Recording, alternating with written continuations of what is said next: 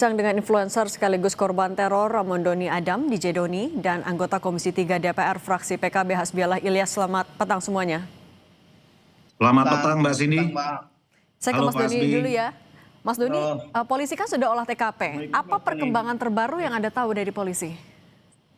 Tanggal 31 olah TKP, mereka datang pukul 2 hingga jam 12 malam Mbak. Jadi cukup cepat kerja-kerja teman-teman polisi. Dan saya dapat info tadi dari orang rumah katanya ada datang lagi katanya untuk menyisir CCTV lebih luas. Tapi sudah ada temuan baru belum yang disampaikan? Sudah mengerucut kemana identitas belum ada itu? Belum Mbak Cindy. Kalau Mas Doni juga ada rencana akan diminta keterangan lagi dari polisi? Kemungkinan ada, cuma saya belum dipanggil lagi. Tapi Mas Doni, Anda menduganya sebenarnya teror ini disebabkan karena apa? Nah kalau disebabkan karena apa saya bingung juga Mbak ya. Kan awal mulanya itu kalau saya lihat rentetannya dari teman-teman influencer yang katanya mengeksploitasi bencana alam. Tapi kan teman-teman influencer ini pegiat media sosial ini kalau saya lihat bukan mengkapitalisasi atau mengeksploitasi bencana alam, tapi mereka kan menyampaikan hal yang sebenarnya di lapangan gitu loh. Nah rentetannya kemudian ke saya juga bingung, saya tidak mengeksploitasi, tapi saya kena juga gitu. Tapi kalau memang mengkritisi kebijakan pemerintah, tentu hampir tiap minggu saya melakukan itu, menyampaikan itu gitu Mbak. Tapi kalau yang terakhir Anda posting di medsos itu memang terkait apa? Terakhir itu terkait lingkungan Mbak ya, yang di Papua Mbak ya. Oke. Bang Hasbiallah, kalau dari Komisi 3 sudah dapat laporan belum dari polisi? Ini kan bukan hanya satu orang saja yang kena teror, tapi ada beberapa influencer lain juga, termasuk juga dari Greenpeace. Begini Mbak, soal teror ini adalah soal kejahatan kemanusiaan yang memang menurut hukum PBB juga diakui bahwa teror ini adalah kejahatan kemanusiaan. Begitu juga di dalam KUHP kita yang terbaru yang hari ini disahkan dan sudah ditandatangani oleh Presiden. Nah, menurut saya kita harus berpositif thinking bahwa kejadian teror di Indonesia ini bukan sesuatu hal yang baru. Misalnya baru-baru ini terjadi, saya mendapat laporan dari Polda Metro Jaya di Depok ada beberapa sekolah diteror akan dibom atau akan dihancurkan. Ada beberapa sekolah di Depok. Okay. Nah, ini kan kejahatan seperti ini kita tidak bisa juga mengasumsikan bahwa soal teror yang dilakukan yang menimpa kepada saudara kita ini akibat soal bencana alam, soal ini.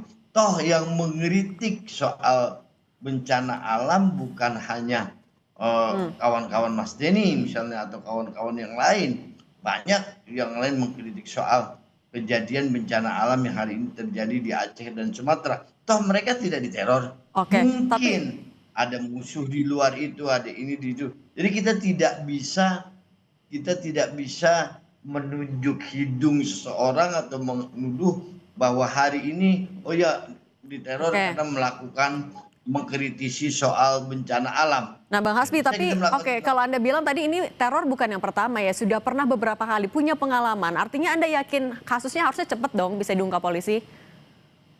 Kita serahkan semuanya ke polisi untuk mengidentifikasi. Ini kan untuk mengidentifikasi teror itu bukan sesuatu hal yang gampang menurut saya. Salah satu contoh misalnya, baru-baru ini terjadi beberapa hari yang lalu sebelum tahun baru itu di Depok, saya langsung mendapatkan laporan dari Polda Metro Jaya ada beberapa wilayah di Depok itu diteror bom. Toh kenyataannya yang menteror itu tidak taunya orang sakit jiwa karena diputus oleh pacarnya. Oke Bang Hasbi, tapi kalau untuk konteksnya kita ngomongin ini dulu, konteksnya ini beberapa influencer dan juga aktivis. Kalau menurut Anda, kenapa polisi dan juga pemerintah juga masih belum memberikan statement? Ya, bagaimana pemerintah melakukan statement, kepolisian ya terutama. Bagaimana kepolisian memberikan statement, padahal sampai hari ini polisi belum melakukan identifikasi. Harus melakukan identifikasi dulu harus melakukan penyelidikan dulu, baru setelah itu baru diumumkan kepada masyarakat. Gitu. Nah, kalau dari Komisi 3 kalau gitu sebagai kita mitra dari kita kepolisian. menunggu hasil dari kepolisian. Nah, bagaimana Anda sebagai mitra dari kepolisian juga mendorong agar kasus ini cepat bisa diselesaikan oleh polisi, Bang? Oh iya, pasti kita akan minta kepada kepolisian untuk secepatnya menyelidiki kasus ini. Apakah benar kejadian ini karena mengkritisi bencana alam? Tapi saya tidak yakin soal itu. Oke, kalau Mas Dan hanya satu orang yang mengkritisi ini banyak sekali loh. ya, oke baik. Mas Doni, ini kan juga sudah bergulir beberapa hari. Kalau menurut Anda, saat ini semuanya bukan hanya satu dua orang yang ditembak. oke Bang Hasbi, kalau menurut Anda Mas Doni, perlukah kalau pemerintah dan juga polisi segera memberikan statement? Karena kan Anda juga bilang yang terganggu bukan Anda sendiri juga, tapi sampai keluarga bahkan lingkungan Anda. Ya menurut saya dari pemerintah harus mengeluarkan statement segera. Jika ini bukan tindakan dari pemerintah, ya harus memberikan statement. Jangan sampai publik malah bertanya-tanya ini siapa yang melakukan sebenarnya. Dan yang saya takutkan, ini sudah saya sampaikan di berbagai kesempatan bahwa jangan sampai malah hal-hal seperti ini digunakan oleh pihak lain untuk membenturkan antara pegiat media sosial dengan pemerintah.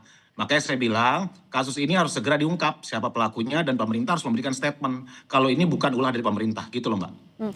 Mas Doni, ini kan juga ya lagi-lagi Anda merasa bahwa ini ancamannya sudah juga membahayakan keluarga dan tentu juga meresahkan orang-orang di sekitar karena ini terornya masih belum ditemukan. Apa langkah hukum atau apakah Anda juga akan mencari perlindungan? Mungkin ke depan ya Mbak. Ke LPSK akan seperti apa? Iya, seperti itu Mbak. Bagaimana kalau begitu Anda juga mengharapkan penanganan dari polisi agar ini bisa segera diungkap? Iya, saya berharap ini cepat diungkap Mbak. Agar tidak ini Mbak, kan saya sampaikan tadi, agar tidak menjadi gaduh juga di ruang publik ini Mbak. Ini jadi liar kemana-mana. Bahkan ada narasi yang mengatakan bahwa saya merekayasa. Ini kan agak sedikit senewan menurut saya. Agak sedikit ngawur, saya merekayasa, mengirimkan bangkai hewan ke rumah saya. Saya merekayasa, saya melempar bom molotov sendiri ke rumah saya, kan agak ngawur menurut saya. Nah ini makanya teman-teman dari kepolisian juga harus segera mengungkap dan pemerintah juga harus segera mendorong ini agar kasus ini cepat selesai Mbak. Oke. Bang Hasbi, bagaimana Anda juga kalau begitu mengawal agar ya kasus ini bisa diungkap secara cepat dan polisi bisa segera juga memberikan statement agar memberikan ketenangan juga untuk masyarakat? Oh iya, kita pasti akan mengawal bagaimana kasus teror ini, tapi kita tidak juga boleh mengada-ngada. Dalam artian, oh ini karena soal kasus, oh ini dilakukan oleh pemerintah, dilakukan oleh kepolisian. Dan saya tidak yakin pemerintah melakukan hal seperti ini. Ini sesuatu yang naif menurut saya. Jadi kita lihat saja bagaimana nanti hasil dari kepolisian. Toh kepolisian juga sekarang sedang mengidentifikasi kok. Kita tunggu hasilnya, sabar sedikit lah. Oke, singkat saja Bang Hasbi, Anda akan memberikan tenggat waktu buat polisi juga untuk memberikan kejelasan? Oh iya, harus kita berikan tenggat waktu kepada polisi karena menyelidiki kasus teror ini kan bukan hanya satu yang dialami oleh kasus pengaduan teror itu Mbak bisa cek di Mabes atau di Polda Metro Jaya itu sangat banyak. Kita lihat. Jadi di mata hukum itu sama, tidak boleh kita mengistimewakan yang satu ini. Tidak boleh, hukum itu di mata hukum sama kita lihat. Polisi nanti mengidentifikasi. Tenggat waktu itu juga ditegaskan oleh Komisi 3 kalau gitu. Mas Doni dan juga Bang Hasbi Ilyas, terima kasih sudah berbagi bersama kami. Sehat selalu semuanya.